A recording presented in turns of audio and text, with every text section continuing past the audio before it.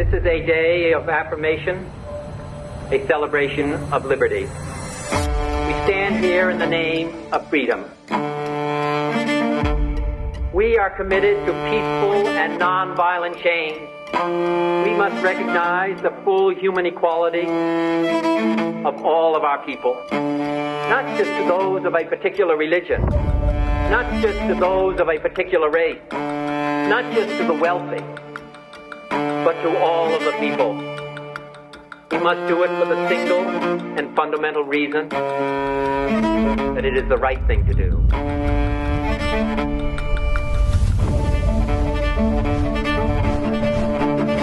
A new twist this morning for the country's most famous political dynasty. RFK Jr. plans Robert F. Kennedy Jr. defended the presidential on race October 9th in the state that it's time to heal a divided nation and return the power to the people. Robert Kennedy Jr.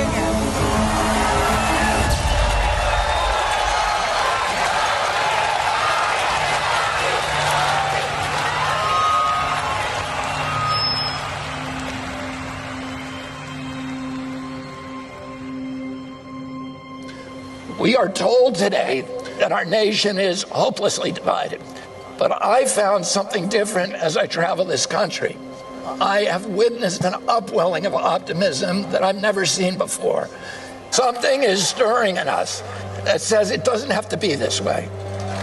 And so I've come here today to declare our independence from the tyranny of corruption, which robs us of affordable lives, our belief in the future, and our respect for each other.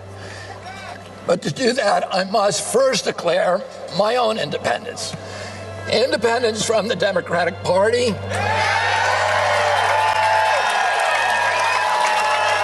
and from all other political parties. I haven't made this decision lightly.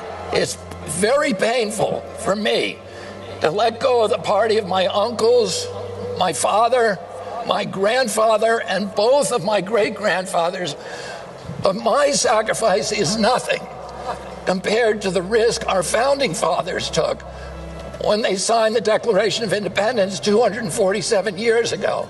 They knew that if their revolution failed, every last one of them would be hanged. They chose to place everything on the line.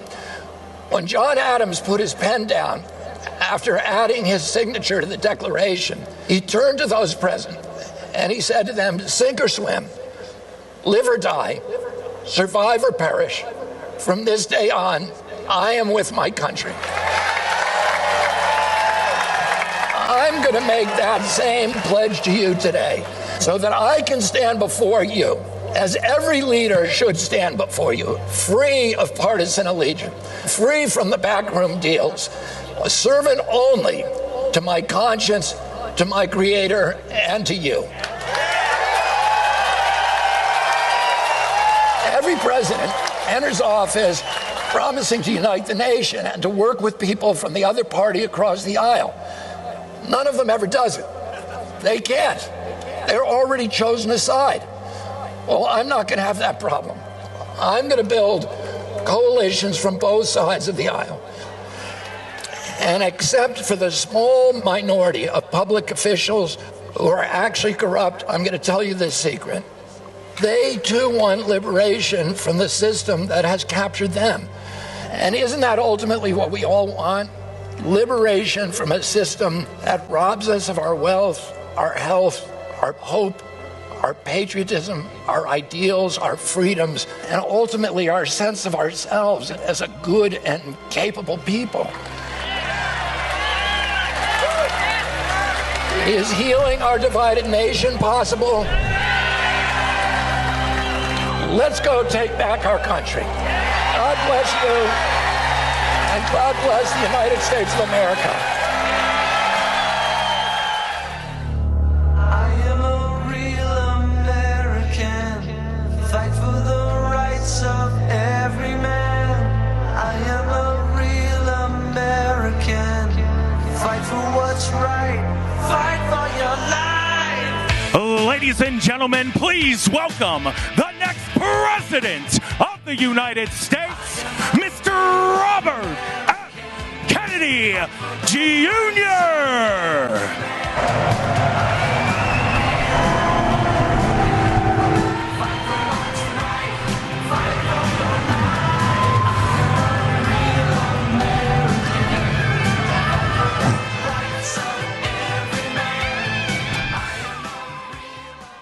Hello, Bitcoiners.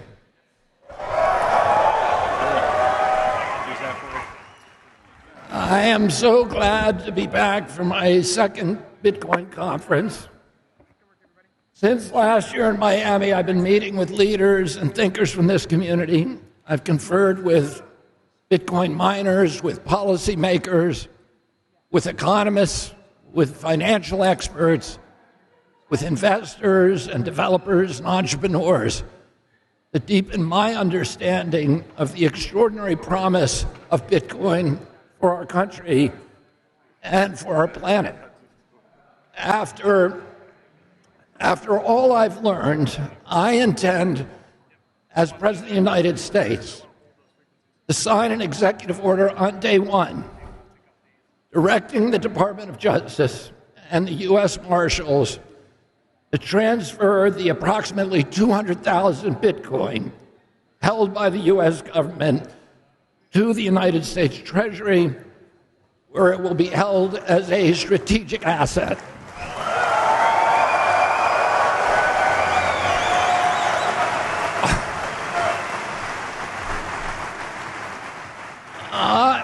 On day one as president, I will sign another executive order directing the U.S. Treasury to purchase 550 Bitcoin daily until the U.S. has built a reserve of at least 4 million Bitcoins. And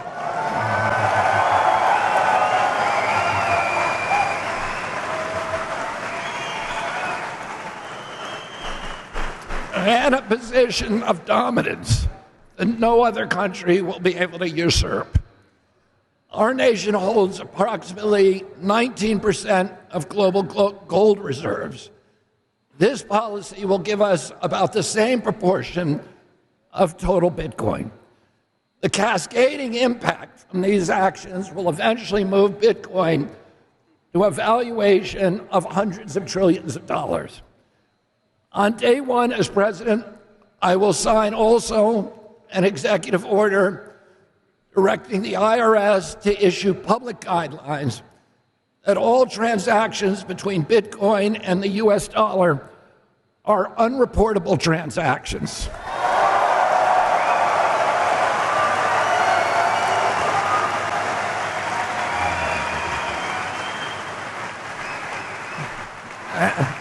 And by extension, non-taxable.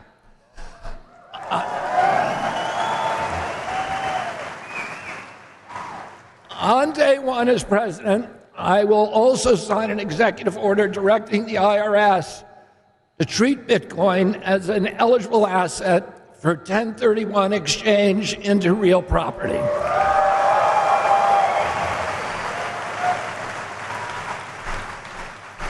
Now, I want to say a couple of words about my observations about the Bitcoin community, which I consider myself part of.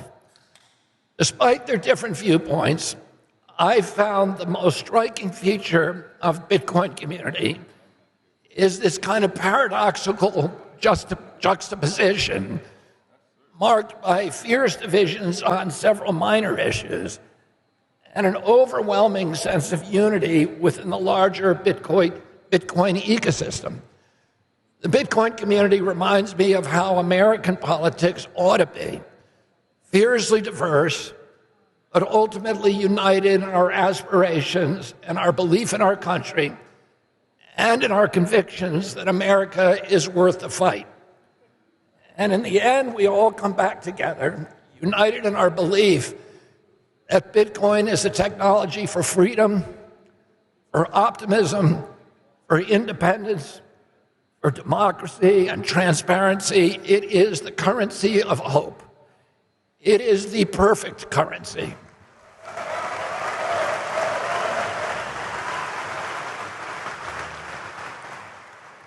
It is an elegant, poetic, beautiful, pure species that aligns perfectly with the highest ideals and aspirations represented by the American experiment with self-governance. It is incorruptible. It has integrity. It has self-sovereignty. It promotes personal responsibility and accountability. It is decentralized and democratic. It is small on government and large on personal freedom. Bitcoin is anti-war. It is a fierce, merciless, and insurmountable foe of government corruption.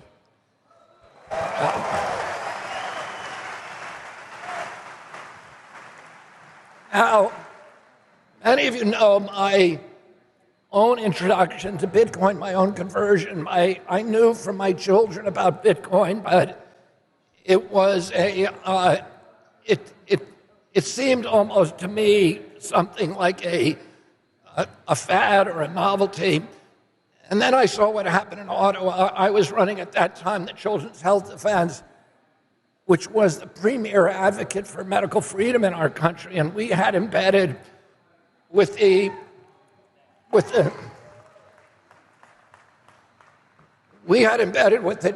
striking truckers in Canada, a reporter for our newsletter, and she was traveling with the truckers from Alberta all the way to Ottawa. And the truckers are very diverse in Canada. They're Asian, they're black, they're white. The trucking strike, the truckers were doing something that all of us in our country take for granted. They were assembling to petition their government about something that they thought was important, which was that the impacts, the financial impacts of the mandates on their businesses.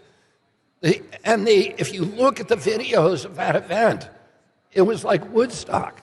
People were giving out water bottles, they were picking up trash, they were playing music, they were being kind to each other.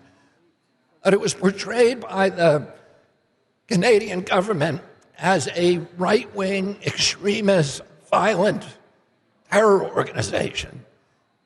And the government began using facial recognition systems and other forms of surveillance to learn the identity of the truckers, looking at their license plates, et cetera. And then it froze their bank accounts. And it froze their $12 million PayPal account. And when Canada did that, it occurred that the premier template of democracy in the world besides the United States, it occurred to me immediately that transactional freedom was as important as freedom of expression in the First Amendment.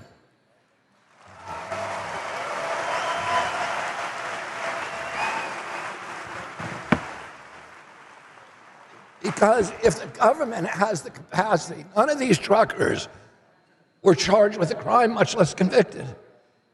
And yet the government was able to shut down their bank accounts. They couldn't pay their mortgages. They couldn't buy diesel for their trucks. They couldn't buy food for their children. One trucker told me that he was going to jail because he couldn't make mandatory alimony payments. And if a government is able to starve you, to evict you from your home, if you speak out against it, if you criticize government policies, then we are on the road to totalitarianism and slavery. And I began at that time looking seriously for alternatives, and it was that incident that led me immediately to grasp the potential of this technology to provide transactional freedom and self-sovereignty.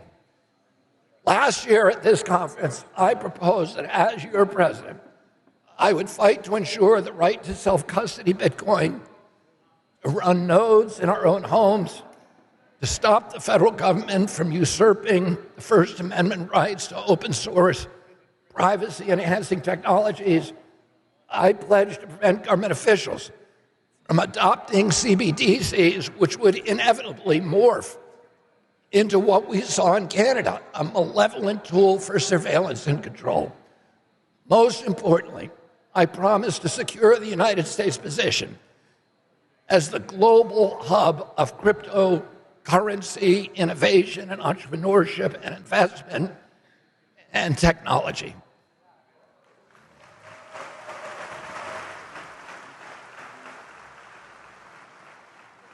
As a lifelong environmentalist, I embrace Bitcoin as a mechanism for incentivizing greater investments in green and renewable energy production.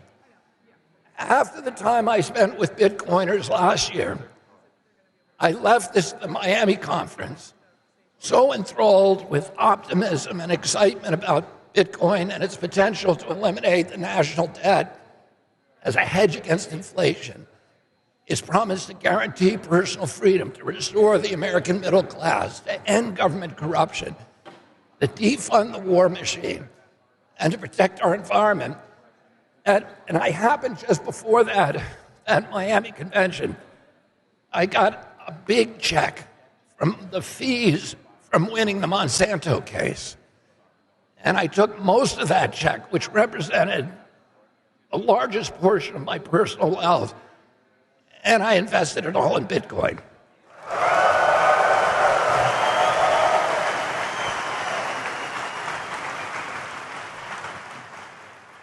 Now, I didn't do that with the hopes for a quick return on investment. I was told you might have to wait a long time, and you might have to have a lot of anxiety and angina. So I was prepared for that. But if that had been my sole motive, by the way, I would not have been disappointed. So I got in it with good timing. But over the past year, I've gone even further down the rabbit hole. Let me put it, the orange rabbit hole. I'm convinced now more than ever that we have to work together to put all these proposals into action immediately. America's at a crossroads. We can either continue down the path we are on, racking up debt, constricting freedom, addicted to war, or we can look forward to use new technologies like Bitcoin to help us evolve, to achieve again our promise as a moral authority and the world's exemplar for incorruptible democratic governance.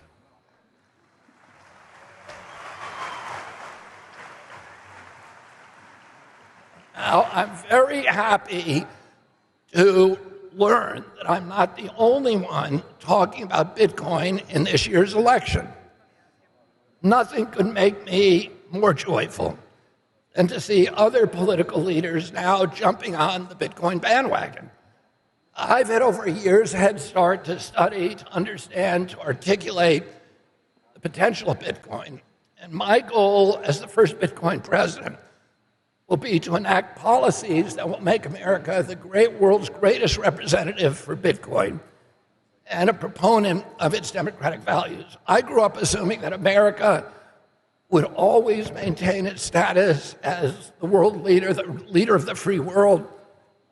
But ever since the collapse of the Soviet Union in 1993, we've paradoxically been moving in a declining spiral away from that role. Hubris, military adventurism, and corruption have put America's political and economic power in precipitous decline. Our dollar is rapidly losing its reserve currency status because we've weaponized it against other countries.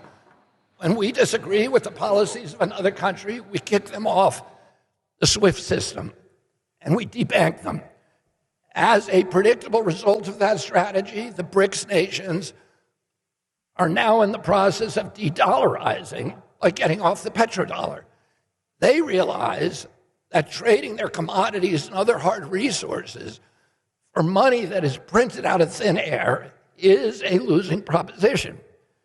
This trend will likely accelerate until we make the tough transition toward backing our debt obligations with hard assets again.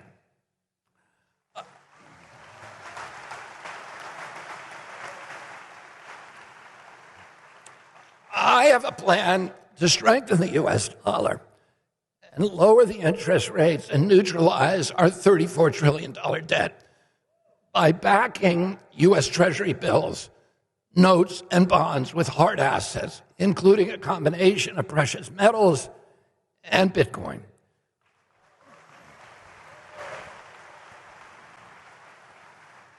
Backing U.S. debt obligations by collateralizing them with hard assets not only restores strength to the dollar, it reins in inflation, and it will usher in a new era of American financial stability, prosperity, and peace The world needs to believe that we have safely handcuffed our government and its ability to create money out of thin air with no proof of work.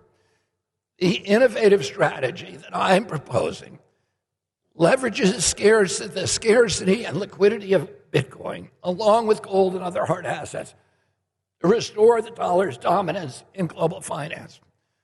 The world will rush to adopt an American-backed, decentralized currency that cannot be confiscated by governments, that can be traded and transacted on cell phones at the speed of light across every global border with no banking fees or other transactional friction. This incorruptible currency will immediately start pulling wealth and assets from every other nation around the globe back into the United States, restoring the strength of our dollar and repairing our balance of payments. 6 months before his assassination, my uncle President John F. Kennedy, signed an executive order that put silver coins in competition with the notes issued by the Fed. His intention was to rein in Fed discretion. He had been a critic of Fed policy, and he hoped to end the discretionary monetary policy and the inevitable debasement of the U.S. dollar. He understood that a highly leveraged economy leads directly to the destructive kind of wealth inequality that is today eroding American democracy and generating violence and division and discontent and hopelessness. Notably, after my uncle's assassination, the government immediately stopped issuing those silver coins and power returned to the Fed. My uncle apparently understood the potential for the Fed to evolve itself into a tyranny. Bitcoin has the potential to return monetary discipline to the Fed and to restore the dollar as the unchallenged global reserve currency. And just as Bitcoin can fortify the dollar, it can also secure America's position in cyberspace. I understand that tomorrow President Trump may announce his plan to build a Bitcoin Fort Knox and authorize the U.S. government to buy 1 million Bitcoin as a strategic reserve asset. And I applaud that announcement, and we should all applaud it.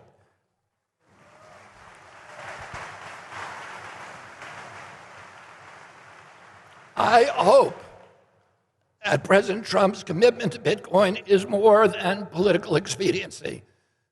The most cynical political reason for endorsing Bitcoin is to excite the 60 million Bitcoin American holders by policies that make the number go up. But it's my hope that President Trump and the DNC nominee, who he or she may be, will develop a deeper understanding of the earth-shaking reasons to ensure that Bitcoin has a strategic reserve in the U.S. Treasury. The most compelling of those reasons is laid out in U.S. Space Force major Jason Lowery's MIT thesis entitled Software.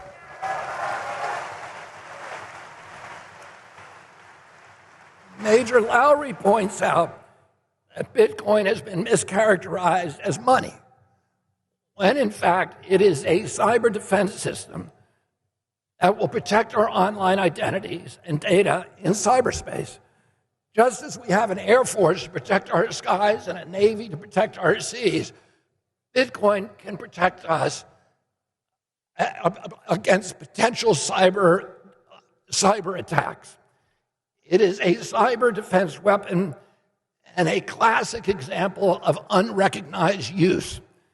Here's an analogous example. The Chinese invented gunpowder, and then they used it as medicine for 200 years before other countries recognized that it was the most potent tool for power projection. Today, the popularly assumed use of Bitcoin is money.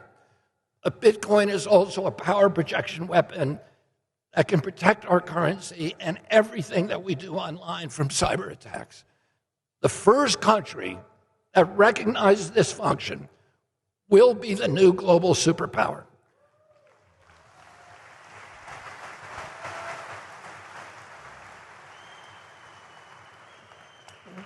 We need to grab the reins and harness Bitcoin's full potential if we want to regain and consolidate our title as leader of the free world. Based on public information, the USA currently owns 204,000 Bitcoins, the fifth largest Bitcoin wallet in the world. Adding Bitcoin to that reserve will help secure the future of the United States for the next 250 years. One of my first hires in the Kennedy administration would be Major Lowry as my top advisor.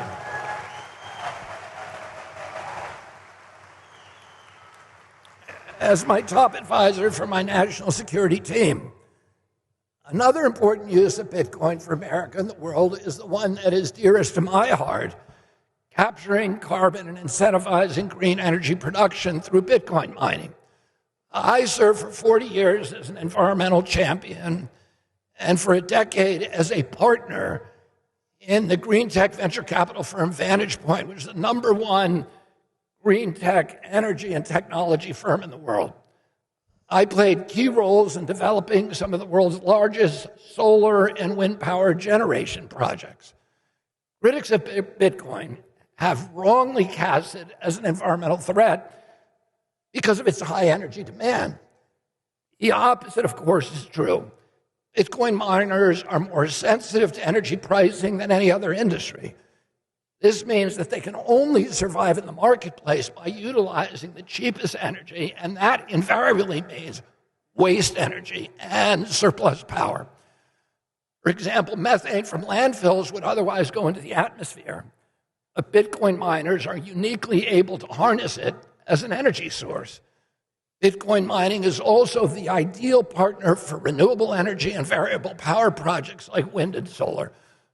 My personal experience in energy project finance left me with a deep appreciation for the critical potential for Bitcoin mining as a reliable profit center for renewable energy projects that need flexible, on-site, off-peak customers for intermittent energy generation in order to get financing.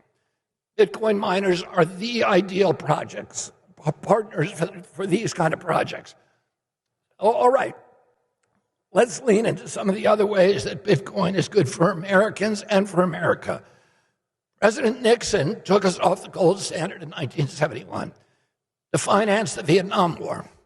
Since then, the dollar's purchasing power has been in precipitous decline, eroding savings and earnings of everyday Americans. Alan Greenspan, who was the chair of the Fed for 20 years, even warned that, quote, in the absence of a gold standard, there is no way to prevent savings from confiscation through inflation, end quote. Inflation, as we all know, is theft, and it's almost always theft from the poor.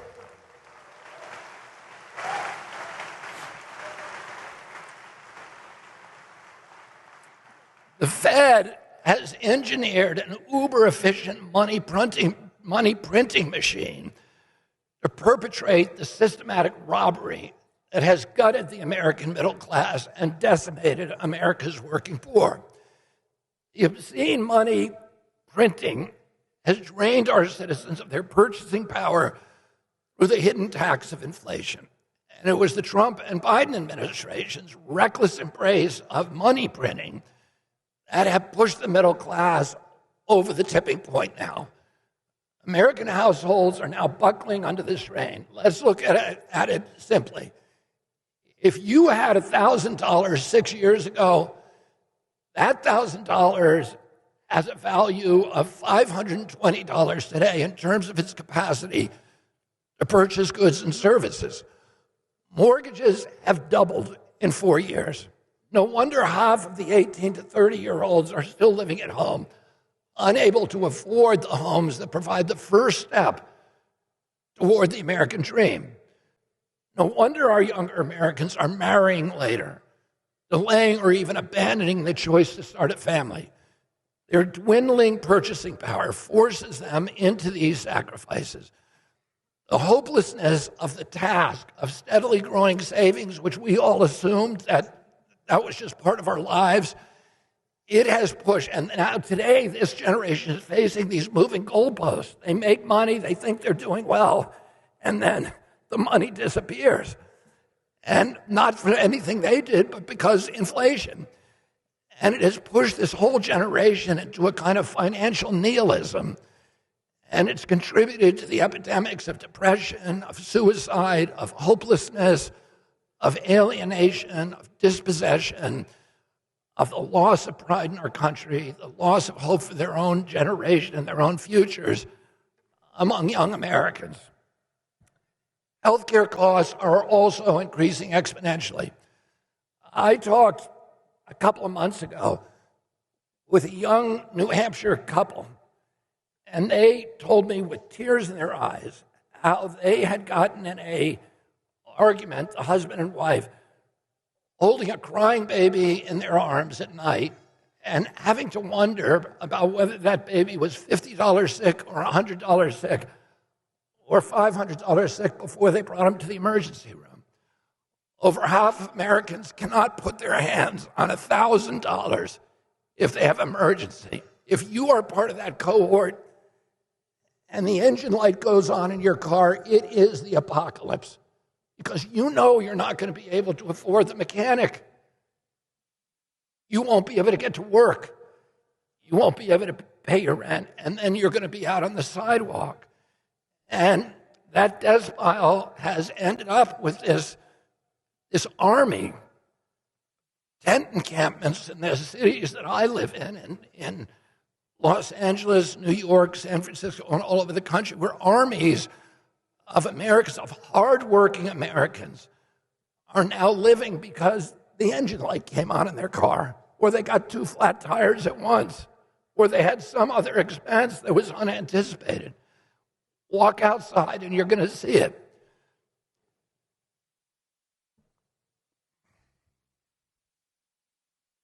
Time and again, I'm hearing from elderly Americans about how they cut their prescription pills in two to make them last at the end of the week. They're choosing between gasoline and home heating oil and food. So many mothers have told me that they're downgrading ingredients to get out the grocery store checkout line. Americans today are being forced to make these gut-wrenching decisions because our money is broken. With a beleaguered American middle class,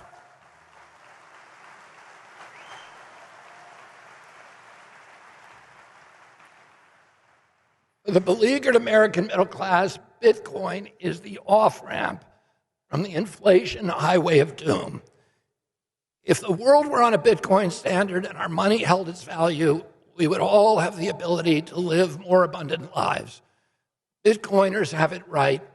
Fix the money, fix the world.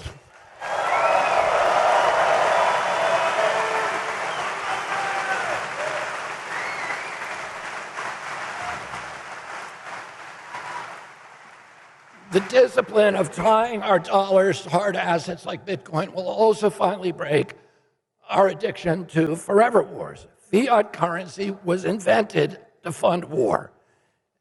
As I pointed out just now, President Nixon got us off the gold standard in 1971 because printing fiat currency was the only way to continually finance the Vietnam War. Prior to fiat currency, when a country ran out of money, the war would end. Or if a government wanted to fund a war, it would issue war bonds and borrow the money from its citizens, or it would tell them in advance, we're going to tax you. Today, governments don't need to even ask that permission. They just print the money. And then they fund the war with fake money. If the world was on a Bitcoin standard, then there would be no war because the governments can't print Bitcoin.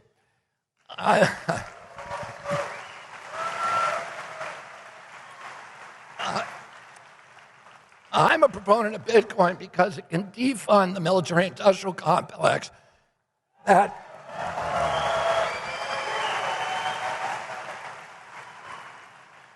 is bent not on national defense, but on international global domination. And I'll say this, during the height of the Cold War, the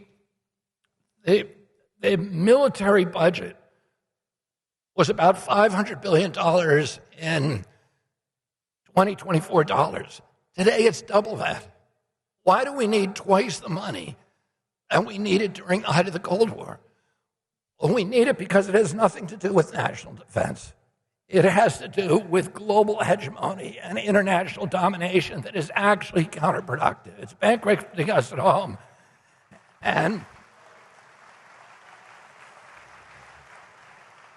it has destroyed our relationships and our moral authority across the globe. Oh, let me say it again. If governments couldn't print money with a couple of keystrokes on a computer, they wouldn't be able to fund wars that never end. Again, fix the money, fix the world.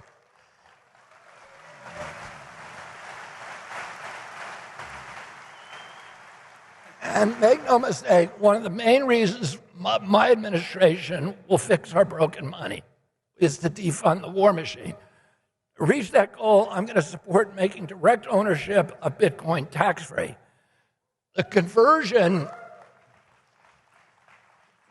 of Bitcoin back into dollars will be non-reportable transaction to the IRS and not subject to capital gains.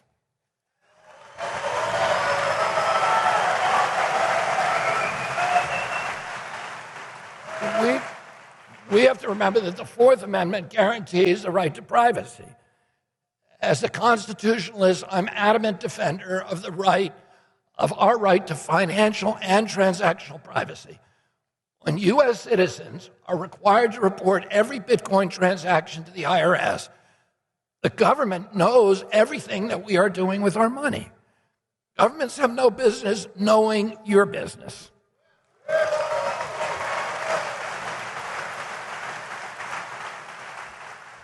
More importantly, making the direct ownership of Bitcoin tax-free creates financial incentive to own Bitcoin and not a Bitcoin ETF, which is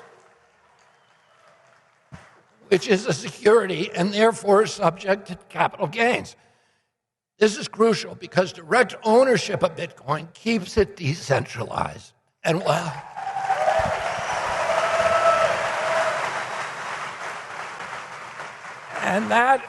that is the only way to prevent BlackRock and other global asset managers from having undue influence over the Bitcoin network, over its forks, and over its upgrades.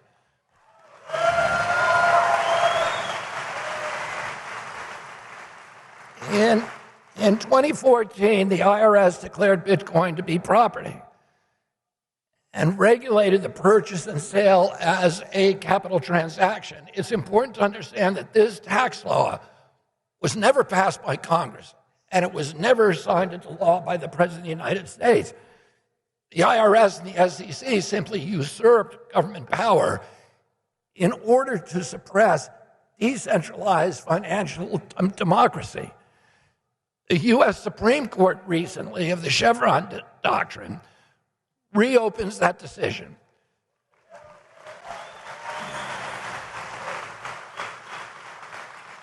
And that decision has allowed freedom-fighting Bitcoiners to challenge the constitutionality of taxing Bitcoin for the 2024 year.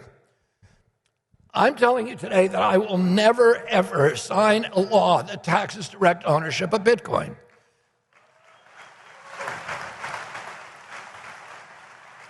I will use my power to reverse any law that does so. I will end the Biden administration's war on Bitcoin. Tax-free Bitcoin is not only critical for citizens' financial autonomy, freedom, and privacy, it is essential to keep it decentralized and democratic as Satoshi created it to be.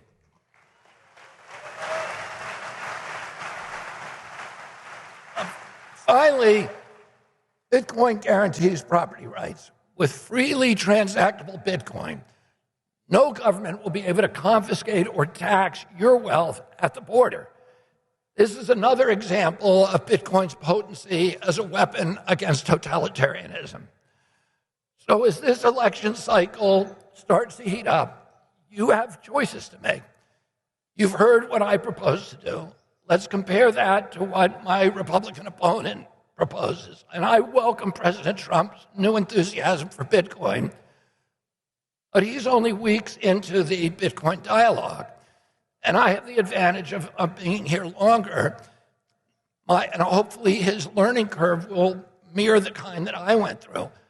My guess is that initially, at least, there's going to be a lot of talk about pricing and how a change in government policies can make Bitcoiners wealthy. But we all know that that is just one of the minor points to Bitcoin. Bitcoin is about something much bigger.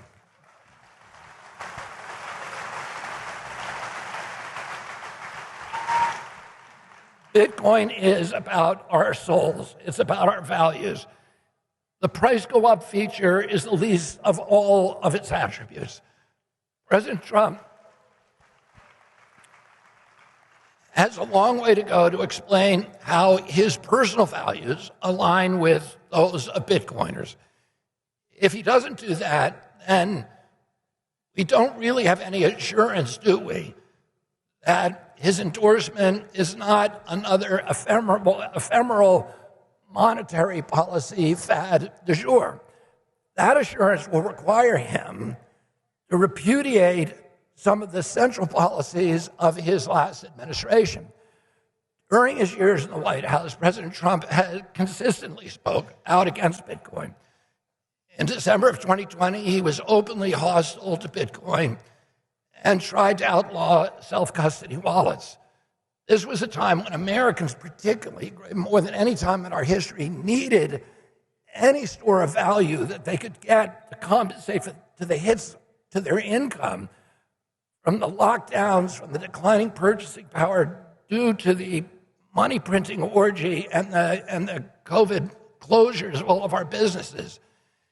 In 2021, President Trump doubled down and declared that Bitcoin, it just seems like a scam. I don't like it because it's another currency competing against the dollar. I'm happy that President Trump has had this evolution. I'm proud that I helped blaze a trail that made it easier for other political leaders to follow. And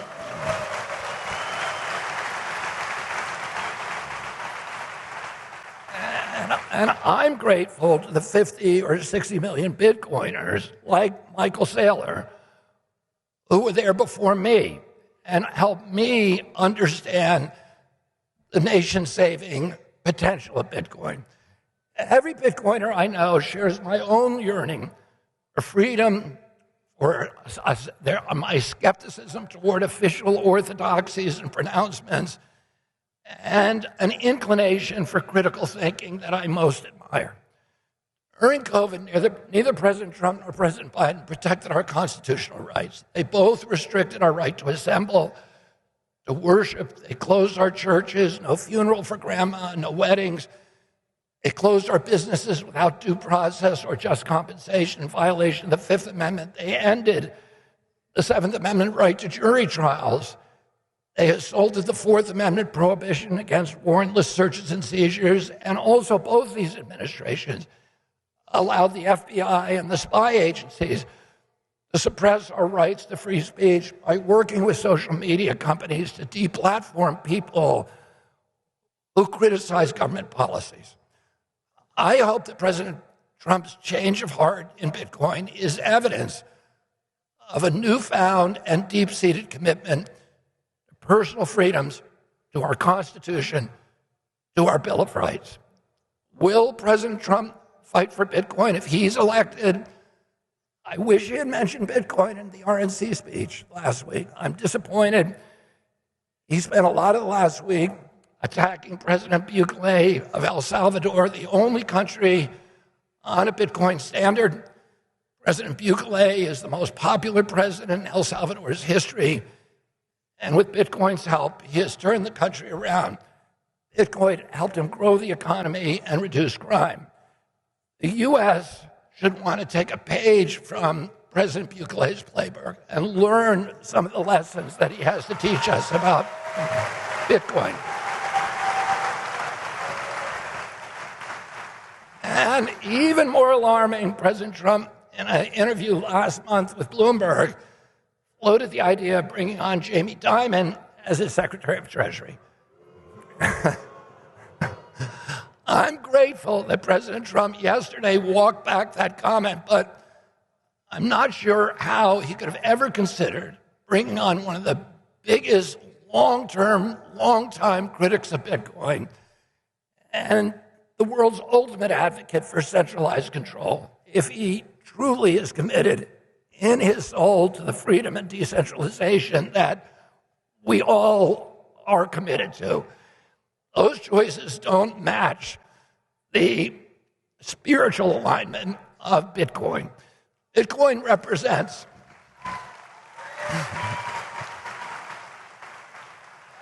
personally, I would rather see somebody like Michael Saylor or Caitlin Long as Treasury Secretary.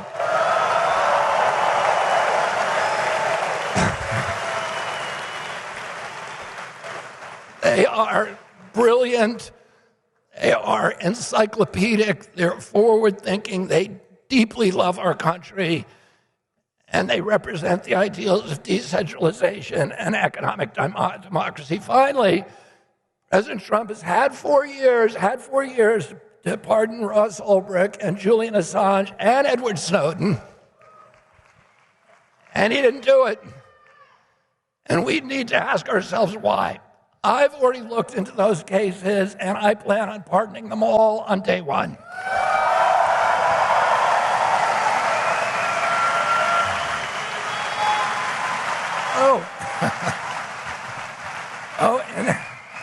In this election year, I encourage you to study your choices, look at the candidates' policy, but more importantly, look at their actions to decide if they are genuinely part of the problem or if they're part of the solution. Decide if they align with what you believe in your heart. Remember, Americans need, and remember what Americans need and what we want, and then vote accordingly. I want to leave you today with a core belief in Bitcoin, in the Bitcoin community. Bitcoin is the currency of freedom, the currency of liberty, the currency of hope. It restores self-sovereignty back to the individual, which is the whole purpose of American democracy.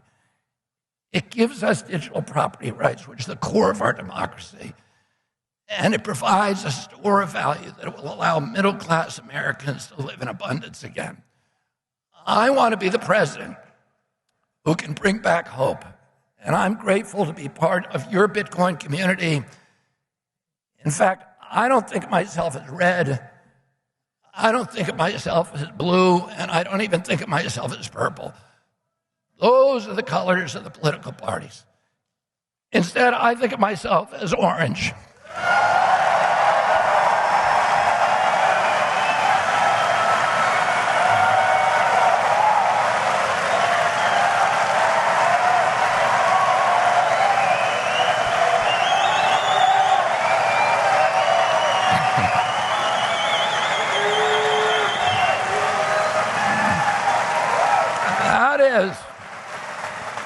That is the color of freedom. And it's true that President Trump has orange hair. And I can only admire him for that from afar. I'll never be able to match him on that. It's a really great start. But I have an orange heart, and that's what you should support. Thank you all very much, and God bless you.